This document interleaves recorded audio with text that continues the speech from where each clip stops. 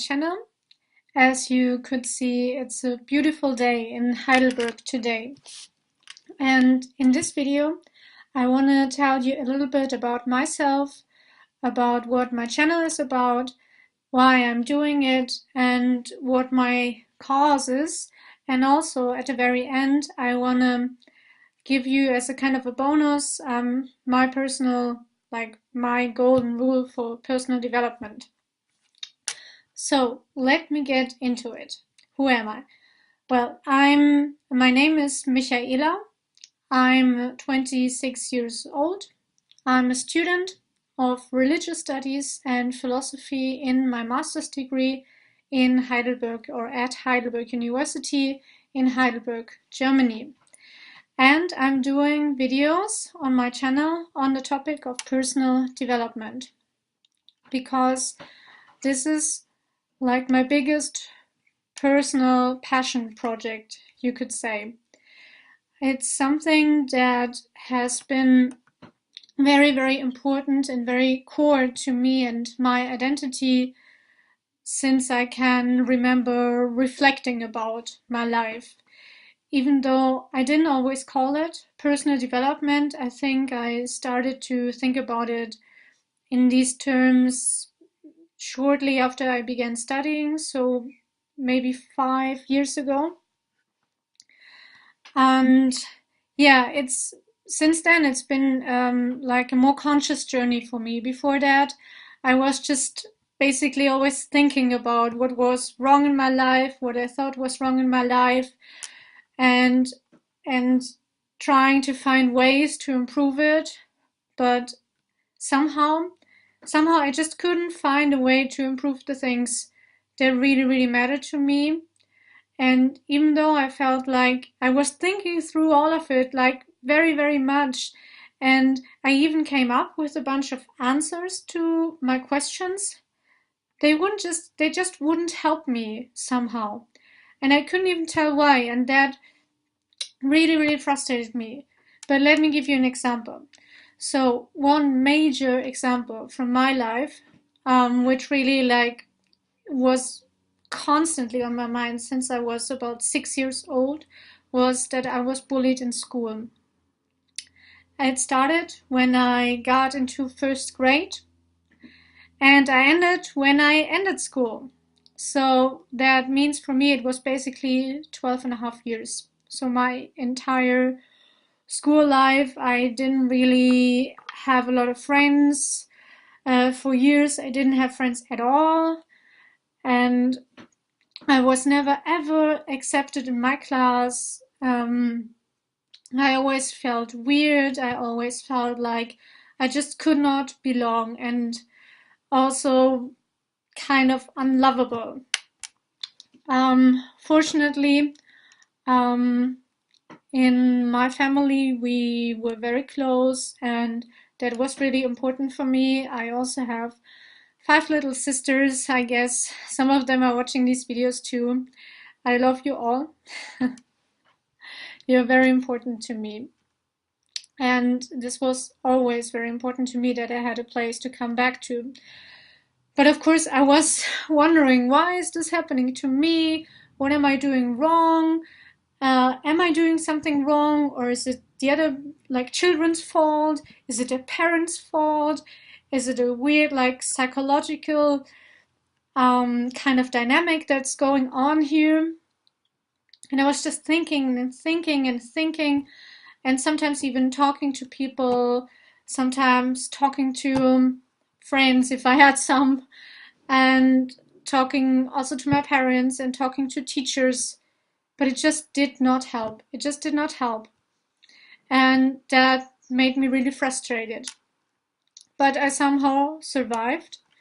If you want to know more about that, I already have 2 videos dealing with that topic, because it's just been a major issue in my life, and I know that many people suffer from that. I mean, nowadays it tends to be more in the digital world. When I was in school, it was just beginning with that kind of digital or cyber bullying. For me, it was more just being excluded from the group, or people throwing stuff at me or basically ignoring me, or like treating me like some kind of an outcast. So, but the point is that I was really trying to come up with some solutions, and I was really always thinking about it. And today I know that thinking is not enough. And this is why it never worked, because I was just thinking. But I didn't know what else to do. I just didn't know. And so I was very, very frustrated with that. And now I realized that I was basically about to give up, because every kind of advice I would get from my family or even from books, which I was trying to pick up in order to get some kind of help, I just couldn't relate to them. I don't know how else to describe it, but I could read it, and it didn't help either, because it was just words, at least for me. And I could just not understand how people can read books and it gives them something. That means when I was reading, I just couldn't get, like, it seemed the same kind of benefits that people would get from reading. And then I thought something's wrong with me, because all the other people obviously can get this great information out of these great books, and just I'm the only fool who can't, you know? And that's not a very healthy mindset either. Um, but there was a turnaround after I started university. So because I was thinking a lot and I was questioning the circumstances in my life a lot, even though it didn't have like many practical outcomes, unfortunately, it still like got me into the habit of thinking a lot about stuff and questioning stuff. And that was, well, good for my grades. And it also made me become interested in philosophical questions like, what is in the end meaningful? What should a good life be about? What is the thing I'm actually looking for in life? How could I be happy? How could I be satisfied? What the hell is the universe? What is life supposed to be? What is it not supposed to be? What can I expect from it? Does it have to be hard? Does it, or can it be like really good? Is that possible? And just asking myself these kinds of questions, which made me become interested in philosophy, or rather, when I like got to know a little bit about philosophy, I just thought to myself, oh, they're asking the same kinds of question I do, so I could just relate to this kind of thinking, and this is why I started to study philosophy. And for religious studies, I had a certain kind of fascination for religion. I guess mostly for something you could call religious experiences, because right now I would describe it as some kind of experience of a border. So for me, in my understanding, I don't claim this to be scientific in any sense. It's just like what is fascinating for me. It is that what is fascinating for me about religious experiences is when there's some kind of an opening, like when somebody, for example, has a close to death experience or almost dies, and you probably heard it 1,000 times. Many people report that they see a really bright light, and they encounter loved ones, or some people even say they have seen God, or they have met Jesus, or some other like personal figure that is really, really important to them. So that would be one example. And then like these people who talk about that they were somehow rescued and they come back to life. And many of them say that really this changed their life a lot. They look totally different upon life and upon death. And that now they don't fear death anymore because it was a very pleasant experience for them. So this is not a totally random example, because also some of my family members have told me stories like these. So When I was a child, I was like asking myself, is that really possible? And if so, what would it mean? And so I was just fascinated by that. And this is the main reason why I studied religious studies, or why I started to study religious studies. And well, I don't want to go like too deep here. So basically, my studies were related for me to personal development in a not maybe complete direct sense, because what you do at university, you can go in many different directions, and you're researching about a lot of topics, and it really depends on what you focus on, what you're interested in. So for me, it was clearer in philosophy than in religious studies. So in philosophy, I could say I was interested in what is truth, and what is knowledge, and how can we gain knowledge, or can we get any kind of knowledge at all. So I was basically very skeptic about the human ability to really have knowledge in the first place. And then I was really interested in the question, is it possible to actually know something for sure, with like real certainty? And right now, after I finished my bachelor's degree, my opinion, and I need to call it my opinion because of what follows, basically, in my opinion, real knowledge in the sense, or with the claim of certainty, I don't think it's possible. I do not think it's possible. You can still ask the question if there's knowledge, and I would say that there are very good arguments why there is knowledge, or why we talk about knowledge in our everyday life and even in the philosophical discussions, because otherwise it would be really hard to talk. Because then, if anything we say would be questioned instantly, any sentence, any observation, any argument you could make, if every sentence I'm saying in this whole video was questionable, every word and every sense and every meaning, and this would be our daily practice of communicating with each other, then communication, I think, would basically be impossible. So we somehow need to kind of accept at least a certain relative meaning or sense or kind of truth.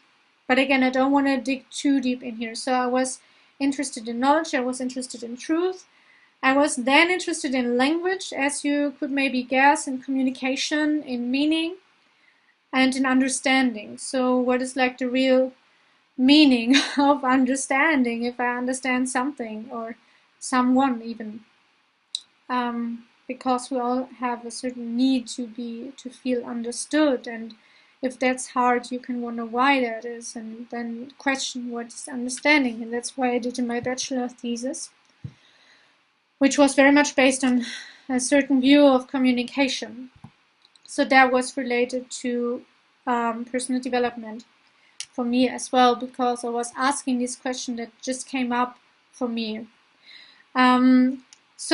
But this is all still very theoretical, and this is also what, like right now, 6 years after I started to study, leaves me basically frustrated, because it's just theoretical, and I cannot like completely tell, or sometimes I feel like this is my failure, because I should have been smart enough to make this kind of stuff practical.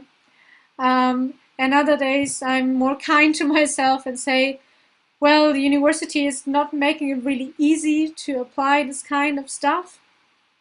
And they don't give you a number of examples, and they don't have a lot of role models in their everyday life, in their everyday seminars. What they do is, for example, in a philosophy course or seminar, they would read text, discuss about it, make presentations, write papers, and then the circle goes on and on and on. And then you can maybe develop like a really complicated argument, or you can get a really deep understanding of, for example, some philosopher or about a topic. So I can become an expert in like what Aristotle said about truth, for example. And I can like learn Greek to really like dig deep dig deep into all of his writings, and I can spend my whole life just researching this stuff. And of course, if this is what gives you joy, then this is what you should do. Just for me, this process in itself, this questioning and arguing, it gives me, for me, it's a kind of fun. I like to do it, but it's not my end cause. My end cause would be to get something practical out of it, and I just didn't know how to do that with in these seminars. Well, so I'm a little bit frustrated with my studies, and this is also the reason why right now I think I don't want to continue them. So I do not intend to finish my master, and instead I want to somehow start working. And I want to start working in coaching, in life coaching. But this idea is still very new. For me, at least in this clarity, it's very new.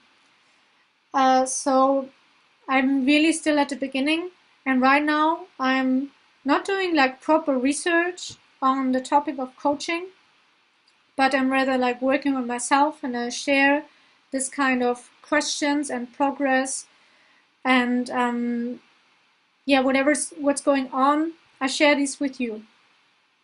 And I'm always curious for feedback, because I want to see, not like if something works for me, that it's already a great achievement, but it's even greater if I could see that people can relate to that.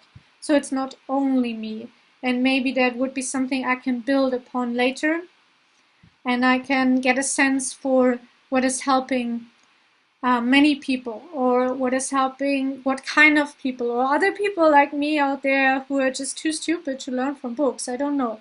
So that's one question. But I want to say that there was two kinds of shifts for me in the topic of personal development. So the first shift was shortly after I started studying, and I know it sounds a little bit foolish maybe, but I fell in love with someone, but that was a truly meaningful experience for me. And because I was at this edge of having like a great, overwhelmingly great feeling for this person, and I was basically imagining myself marrying and all this kind of stuff. Even though I never had a relationship with this person, still I was imagining all kinds of stuff. Don't want to get into too many details here, but you get it, yeah. So, but I was questioning this feeling, like, is this real? Can I call this love, or am I making a fool of myself calling this feeling love? I mean, it's a big word, and it's used so much, especially in movies and in literature, and it's just so overloaded and so overused. So how can I even fill it with meaning? But at the same time, so this was kind of like my rational mind telling me like to be skeptical, to question it, to not accept it, and to like wanting to be really sure, like from a rational and logical point of view, which I don't know how this is going to be possible. But on the other hand, and at the same time, I also it just felt right. It just felt right to call this feeling that I had love. It just felt right. And so I was thinking to myself, I think I can make a decision here. And the decision was, do I trust my feeling that this word fits this feeling? So do I basically trust myself and my feelings and my perceptions? and I decided to trust them, at least in this circumstance, because I was just thinking to myself, if I cannot trust this overwhelmingly good feeling, then there's really nothing I can trust. Then really everything, everything you could possibly think of, it's just falling apart in front of you, and nothing remains. So basically end up in nihilism. And somehow I didn't want that. I just didn't want that, and I wanted to, I don't know, I just felt like if this is not real, nothing really is.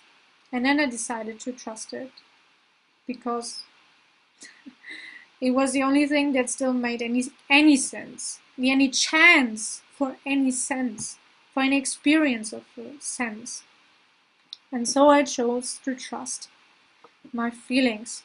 So there was one big breakthrough for me, because from then on I could like suddenly make a whole bunch of experience I've never had before, and in a very everyday kind of meaning. Like, for example, when I was reading books, and in books you often, especially in nice literature, you often have a lot of like descriptions, like, oh, the rain was really warm and it was like really soft on my skin, and it felt like a feather touching my skin, and just making this up. So, get a picture, like you have like really colorful or metaphorical descriptions. And when I was reading that before, it was just like blank to me. No pictures appeared, no emotions were there. I I understood the words because, of course, I've learned them. I've learned them, and they were mostly in German, my mother tongue. So I understood them on some level, but I just couldn't feel it. So there was this other level of understanding that that really represents a connection to a thing or an experience you have. And only when those two come together, like the language and the experience, and you are connected to both of them, then you have proper understanding. And now you know what my bachelor thesis was about. So I was really, really fascinated by that. And I have more arguments for that, but really too much now. Anyways, so this was one breakthrough. And the second one, which is why you can watch videos from me now, or why you're forced to watch this already 20-minute long video of me now if you're still with me. Thank you. Then the second breakthrough for me was about 1.5 years ago. Back then I was doing an exchange year already in my master's in Japan, which is was a really good experience overall. But I already felt like in a total study crisis. Like, I was not able to write papers anymore. I felt like unable to study basically anymore, which is like really, really bad for a person who identifies with what the grades she gets and how good she can perform in this educational environment. So really, really big issue for me, and also really like nags on my confidence, which I'm just regaining back somehow. So the second breakthrough was that I started watching YouTube videos.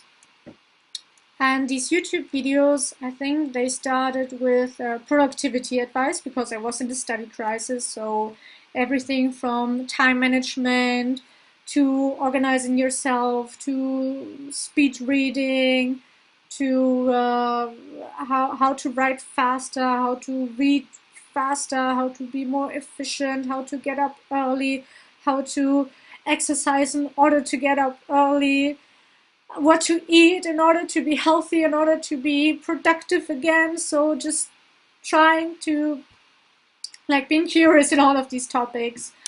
And what was really exciting for me about that was that suddenly it was different than from reading books. Because as I mentioned before, when I was reading books, then I just couldn't like really get something out of it. I can't really like tell you why, but I just couldn't relate it. I could not feel anything. It were just words for me, at least. I really envy those people who can read books and get totally inspired by them, but I don't know, at least right now I still can't, but I could get inspired from videos. I could get inspired from actual people sitting in front of cameras talking to me. And I think this is because I could see these people, I could see their body language, and I could get a feeling of they're really sincere. They really mean what they say. And they also said a number of things that I could really relate to that. For example, that really life is not about what happens to us, but what we make out of our experiences. So it's actually all in our minds. So if I can just turn my mind in the right way somehow, then everything would be fine.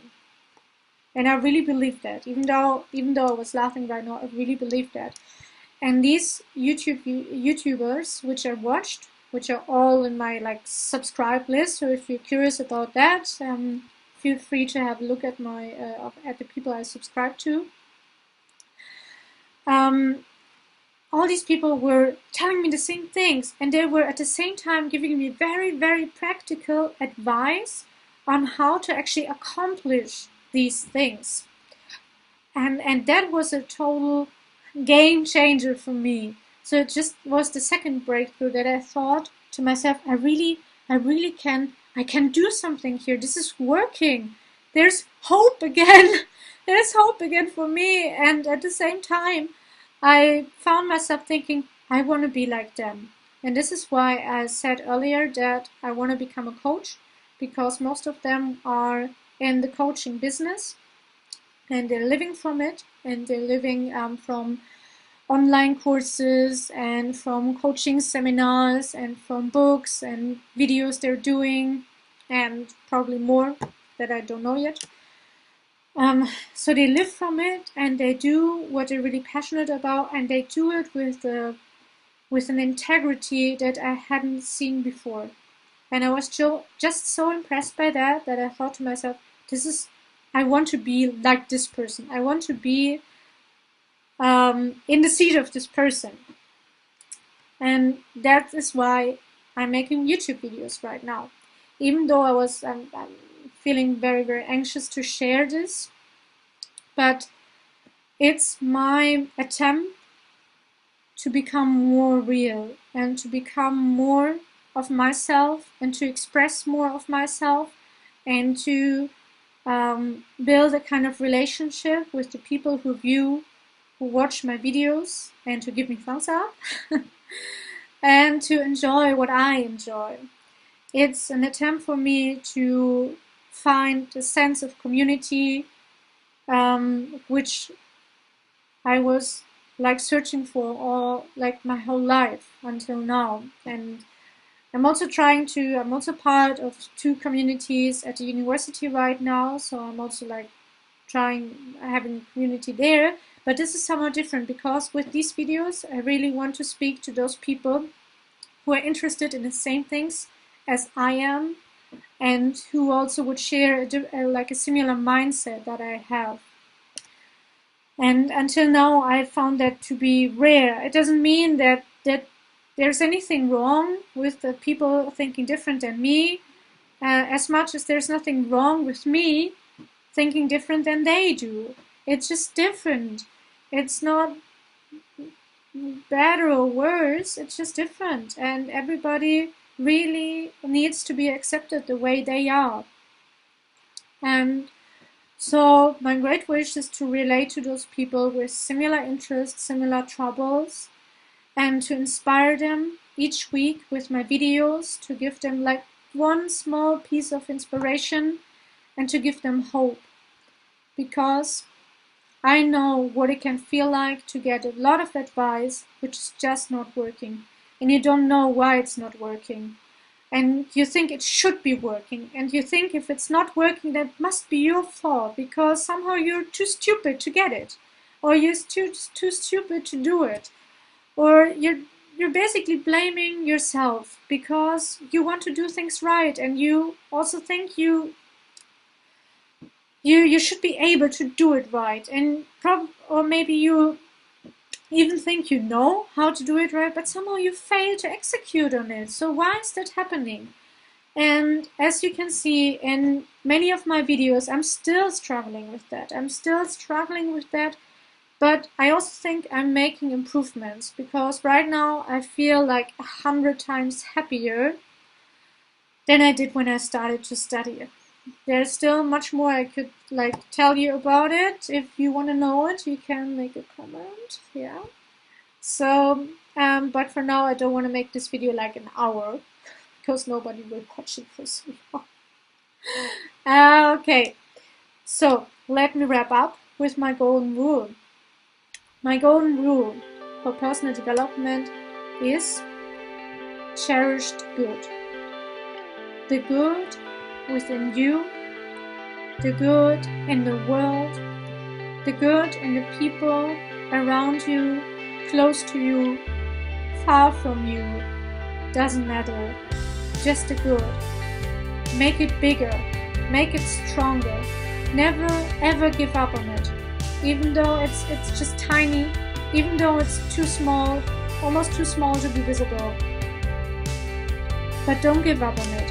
Strengthen it. Always keep pushing forward on it. Make it bigger, make it grow. Don't try to dwell too much on all the things that are taking your energy and that are hurting you and that frustrate you and that make you angry. Of course they will still be there, but don't focus too much on them. Focus on what is good. Focus on what makes you stronger. Focus on what makes you happier. Focus on what you can really, truly appreciate about yourself, about life, about the things you know, and about the things you don't know. And then you're already welcome in personal development. I wish you a great week. See you next time. Bye.